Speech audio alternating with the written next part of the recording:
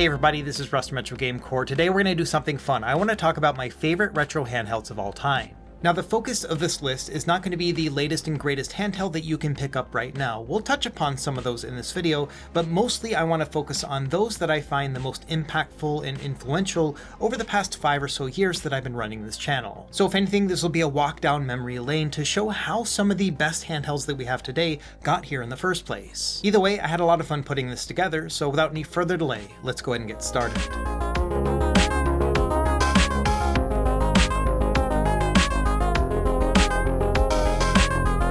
Okay, as we jump in, a couple ground rules. Number one is that I'm going to focus on retro handhelds, those that were designed to play other systems. So we're not going to talk about the Game Boy or the PSP. Those are awesome handhelds, but I would consider those to be first-party consoles. Instead, we'll be focusing on emulation devices and PC handhelds. And rule number two is that I tried to limit it to as small of a number as possible. I was shooting for 5, but ended up with 6 plus 1 bonus. So that's the amount of handhelds that I have on this particular list. Now this first one didn't actually make the list, but it's worth talking about because this is the handheld that started everything for me with Retro Game Core. This is the Anbernic RG350. It came out in late 2019 and it was the first major release from this company. Now I didn't get into this stuff until the pandemic, so I think I picked this up around May or June of 2020, but this is the one that really kick-started my whole channel and website. I've done some modifications to this over the years. You can see it's got these slider sticks on them to make it more pocketable, and then also I swapped out the screen for the RG350M screen, which is 480p and laminated. So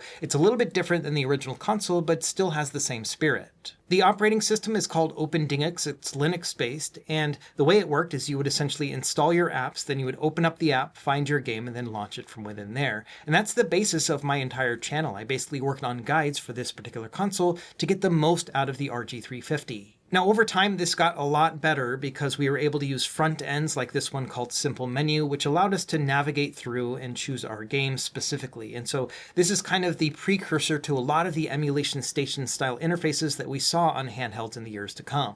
And that actually leads to the first device on our list here today, which is the Anbernic RG351P, their next release after the RG350 series. This one came out in September of 2020, just a couple months after I had first started my channel, and so I was there for the launch of this, and it was the first handheld that I actually ever reviewed. Like with the RG350, this one is a Linux-based handheld, but it has a more powerful chipset, the RK3326, which is still used in cheaper handhelds today. Now, the big difference about this one is that it had Emulation Station as its front end, and then behind it, it would be running RetroArch and other emulators. And so it was a navigation-first experience where you could choose your system, choose your game, and then launch it from there. And so I made a lot of guides about this one as well. The screen on this is unique. It's a 3:2 aspect ratio with a 480x320 resolution, making it a 2x integer scale of Game Boy Advance. It's still a fantastic little handheld for that particular console. The RG351P also ushered in a new era of custom operating systems for handhelds like this. So things like ArcOS and Rocknix got their start with making firmwares for this particular handheld. You can still see the spirit of the RG351P in a lot of more modern handhelds, like the RG35XXH. There's an entire line of devices that have the XX name in them from Anbernic. They all have the same chipset and the same amount of performance, but they come in various shapes and sizes. For example, this one here is a clamshell, the RG35XXSP. And so you've got a bunch of different options with this particular chipset, and I think it's very similar to the overall experience of the RG351P. Lots of custom firmware options for it as well, and so this kind of feels like the successor to this original line. Just last week, I reviewed this guy. This is the Magic X135, and you can see that it kind of looks and feels like the RG351P as well. It has twice the resolution of this screen, so a 4x Game Boy Advance, but this is really excellent too and still comes in at under $100. Now, this one is Android-based, so not quite the same in terms of operating system, but I think just the overall spirit is very similar to the original. And so that's why the RG351P is one of my favorite handhelds of all time. There are other devices with the same chipset and same screen and everything like the original Odroid Go Advance, but this is the one that really hit the sweet spot for me. In fact, I would not have the channel that I have today without this little hunk of plastic. I've learned so much about operating systems and Linux and just how to configure RetroArch in the first place thanks to this little guy. And so yeah, definitely earns a spot on this list. Okay, next up we have the original Miyoo Mini. This first launched in December of 2021. It's hard to believe that it's been over 4 years since then. When this thing first came out, I wasn't a huge fan of it. I thought it was pretty neat and innovative, but I also found it to be quite cramped and I didn't like the feel of the buttons. But they released a version 2 in April of 2022, and that's when I fell in love with it. Version 2 had better controls, and at the same time, Onion OS, which was a custom firmware, really came into its own around the same time, so it became a perfect storm for this little handheld. From a hardware perspective, it is a tiny little guy. It's 2.8 inches 4:3 aspect ratio, but it has a 480p resolution, which at the time was super sharp and clear compared to the competition. It's also a small enough size that you can easily pocket it, and you can also play it one-handed, which was a unique thing for me too. From a software perspective, Onion OS also made this a much better experience. It was a lot cleaner and more simple, and you could customize it in what you wanted to actually see on your front page. But for the most part, I just used it to navigate through and find my games and then launch them. They also had a feature called a game switcher. So when you closed out of a game, it would show you a save state of the game, and you can navigate through your various save states and then launch the game directly from here. And so this was a really neat and innovative feature to allow you to get in and out of your games very quickly. And so this combination of excellent hardware and really good software, and then a price that didn't break the bank, it was usually around $60 to $80, this all came together really nicely. Now since then, we've seen a couple successors to the Miyoo Mini, including the Miyoo Mini Plus, which came out the following year. This one has a 3.5-inch display and also has built-in Wi-Fi, so it's got a couple additional features and it is more comfortable to hold and use, albeit with a bigger size. Just last year, we also got the Miyoo Mini Flip, so this is exactly the same as the Miyoo Mini. Same screen, same processor, it supports the same operating systems, but it's in a clamshell form factor, which makes it a much more pick up and play friendly handheld. And so this is the one that has effectively replaced the Miyoo Mini and Miyoo Mini Plus for me, just because it is so compact and portable. Either way, there's no denying that the Miyoo Mini is one of my favorite handhelds of all time. The small form factor and size means that I can just take it around with me everywhere, and I have sunk so many hours into this thing while waiting in line for various things over the years. So yeah, I love this little guy.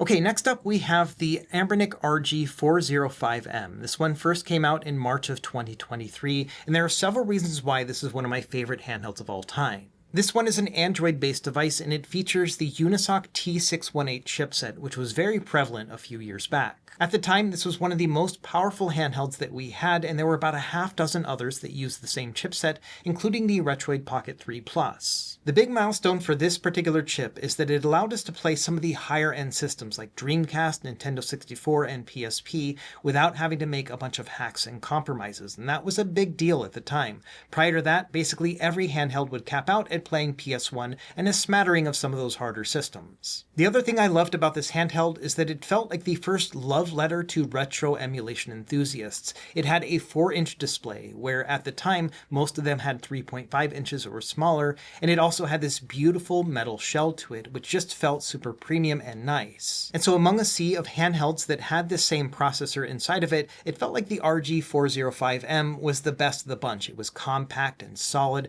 it felt really nice in the hands, and it also had that larger 4-inch 4:3 aspect ratio screen, and it could play some of those harder to play systems like Dreamcast and Nintendo 64. And I think over the years, we've seen a lot of handhelds that kind of maintain that spirit of having something that's very retro-focused, but with this horizontal form factor. I think one of the easiest examples is the RG477M from Anbernic. This one has a much more powerful processor in it, and they've also been using a new screen lately, which is 4.7 inches, so even bigger, and with a higher resolution display. In fact, this one right here as well, the RG476H, has the exact same screen on it. These two handhelds, plus the Retroid Pocket Mini version 2 and its OLED display, all feel like they borrow DNA from the RG405M. They've got better screens, they've got better processors, so they have iterated over the years, but they still feel very similar in spirit in that they are odes to retro handheld gaming. Now, Anbernic is still selling this guy on their website at about $120 before shipping, so nowadays you can find something that's a lot more powerful with a better screen at that same price point, but there's no denying that the RG405M is one of my favorite handhelds of all time. Everything came together so nicely back in 2023. Now, in 2024, we got this guy. This is the Retroid Pocket 4 Pro, another one of my favorite handhelds of all time. Among all of the handhelds that Retroid has released over the years, this one felt like the biggest leap from the 3 Plus to the 4 Pro in many significant ways. The big updates to this one is that it had Hall sensor sticks. In fact, these are the same style sticks that you can find on their devices today. It's also the first mainline Retroid Pocket device that had analog triggers and active cooling. And so this one just came together really nicely. In terms of shape and size, it kind of looks the same as the Retroid Pocket 3 in that it looks like a smaller Nintendo Switch Lite, but it also was much better in many different ways, including a better plastic texture, which made a world of difference when actually playing it. The big star of the show was the chipset on the Retroid Pocket 4 Pro, the Dimensity 1100, and for a $200 handheld, this was a very powerful processor. In fact, for under $200, this was the first handheld you could buy that could reliably play GameCube and PS2. In the early days of my channel, I remember people saying that they couldn't wait to get a handheld that could play PS2 and GameCube. They would pay upwards of $500 for an experience like that. And when a handheld at $200 came out that could do that just a few years later, that was a really big deal. I figured that that would be the end of the whole talk of what a device could do in terms of performance, because after all, it could finally play some Gen 6 systems. But the internet has its own ideas, and so people were saying things like, hey, how does it play with God of War 2? How about Dirge of Cerberus? And all those other games. And so the envelope kept getting pushed further, but it was still really nice to see that milestone of PS2 and GameCube for around $200. Now, ever since then, Retroid has been making their handhelds better and better. The Retroid Pocket 5, the Retroid Pocket G2, and the Retroid Pocket 6 can all outperform the Retroid Pocket 4 no problem. But I think credit where credit is due, this is the first one that I feel could be an actual PS2 and GameCube handheld at this price point. And the interesting thing too is the prices have not gone up that much since then. The Retroid Pocket 5 is a $200 handheld, the RPG2 is $220, and the RP6 is $230 before shipping. So nowadays we've got better handhelds around the $200 and $250 price point, but there's no denying that the Retroid Pocket 4 Pro was that first handheld at the $200 price point that gave us true Generation 6 gameplay. One of my least favorite things about these handhelds is that they come out so fast that it's hard to really appreciate them before they start pushing the next one, and I don't really like that whole sentiment. We get a new Retroid about once a year, and once they start pushing out the new one, they stop making the old one, and then all of a sudden, something like the Retroid Pocket 4 Pro isn't even available for sale anymore. Either way, I really appreciate what the Retroid Pocket 4 Pro brought to the table, and that's why it's one of my favorite handhelds of all time. Okay, next up we have the Odin 2, and this was the first true endgame handheld that I had ever experienced. It was at the level where I felt like I could quit my channel and just play this thing all day, and I would be happy if I never got another handheld after that. This one came out in October of 2023, and it was the first handheld with the Snapdragon 8 Gen 2 processor inside. At the time, it was one of the best chips that you could find, and this thing could play everything. In fact, its main limitation were the emulators and apps, because they couldn't take advantage of the full performance that we had in the Odin 2. A lot of things really came together for me with this handheld. It had this wonderful form factor and nice ergonomic bumps that felt really comfortable in the hands. It had Hall sensor sticks and nice buttons and D-pad. Everything just kind of came together from a hardware perspective. In terms of performance, as long as there was an app that would allow you to play the game, this thing had the power to do it. So upscaled GameCube and PS2, no problem, and even Nintendo Switch emulation was pretty great on here as well. Over the course of the next couple years, we saw a couple more handhelds from the Odin 2 line, the Portal and the Mini, but I always preferred the original one just because I like the overall shape and size of it compared to the others. Nowadays, we've got a couple other successors worth noting, like the Odin 3, which just recently came out. This one has the Snapdragon 8 Elite processor, so again, one of the most powerful devices that we have today, and a similar price point to the original Odin 2. On top of that, we've also got the Thor, which is a dual-screen clamshell version that is essentially the same as the Odin 2, same processor and everything, but it has those two OLED displays, which make it a really excellent fit too. In a couple years, if I make an update to this video, I figure the Thor was going to be on the list of my favorite handhelds of all time, but it's still a very new handheld, so it seems a little bit too early to put it on this list, but it does feel like a successor to the Odin 2 in many significant ways. When it comes down to it, if I could log the sheer amount of hours that I put into a single handheld, I feel like the Odin 2 would be right up there near the top. Not quite the number one slot, that's going to be the next handheld we're talking about, but definitely a handheld that I've put a ton of hours into and enjoyed every minute of it, and that's why it's one of my favorite handhelds of all time. And then finally, last but not least, we've got the Steam Deck OLED. Now, the original Steam Deck came out around mid-2022, and that by far was one of my favorite handhelds of all time. But by the time that the OLED version came out in November of 23, this one easily surpassed the original. In addition to being an OLED panel, the display itself got a little bit bigger. It also went up to 90 Hz as a refresh rate, and it also improved battery life with a larger battery at the same time. And again, if we're talking about number of hours logged on a single handheld console, then the Steam Deck is going to win by far for me. I've played so many PC games and emulated systems on this particular handheld that it's crazy. I can't believe that this thing is still working. For the most part, I like to play lightweight PC games on it, and then I also like to do heavy-duty emulation on it. So I mostly will not play retro games on this too much, but I will mostly focus on things like PS2, GameCube, Nintendo Switch, and Wii U. That's been a really great fit for the Steam Deck for me. It's hard to describe just how revolutionary the Steam Deck has been for not only me, but many other people in the handheld space. The ability to just use it, pick up and play for PC gaming and emulation, and the ability to just tap on the button to put it to sleep and immediately jump back into your game after that. All that works so well with this particular operating system. On top of that, it's one of the most comfortable experiences I've ever had, where all of the buttons are easy to access. We've got these beautiful grips on the back, and everything just comes together so nicely. Now lately I've been playing the Legion Go S over the past few months more often than the Steam Deck OLED, but it mostly has to do with the larger display and the slightly better performance that I can get on this compared to the aging APU within the Steam Deck. But in general, I still think that the Steam Deck is a milestone worth celebrating.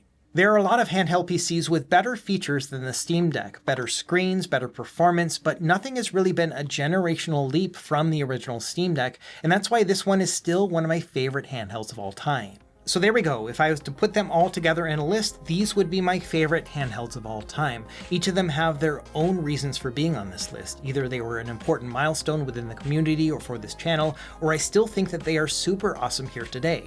Let me know what you think in the comments down below. What would be your favorite handhelds of all time if you had to narrow it down to just 5 or 6? As always, thank you for watching. Be sure to like and subscribe if you found this helpful, and we will see you next time. Happy gaming.